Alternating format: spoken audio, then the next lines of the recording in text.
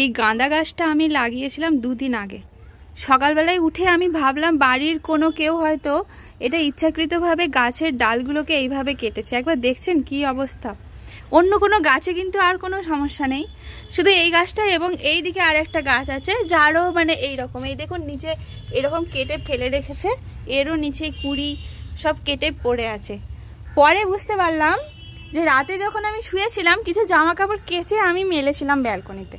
এই হচ্ছে আমার ব্যালকনি, এই যে এখানে কিছু জামা কাপড় কেচে মেলা আছে। সকালবেলায় এখন দেখছি এই গামছাটার এই অবস্থা, মানে ইঁদুররা যে কি লেভেলের মানে আপনাকে ক্ষতি করতে পারে সেটা বুঝতে পারছেন, মানে কল্পনাতেও ভাবতে পারিনি। আজকে এই গামছাটার জায়গায় যদি ভালো কোনো জামা কাপড় থাকতো সেটারও এই অবস্থা হতো। এই হচ্ছে আমাদের অবস্থা। এই যে দেখছেন এইটা আমার কোয়ার্টারের জানলা, ওই ওপর থেকে এইভাবে নেমে এসে এই দিকে এসেছে এবং এখানে একটা এসির আউটলেট আছে যেখানে ওই ইঁদুরের সমস্ত ক্ষতি করে রেখে দিয়েছে।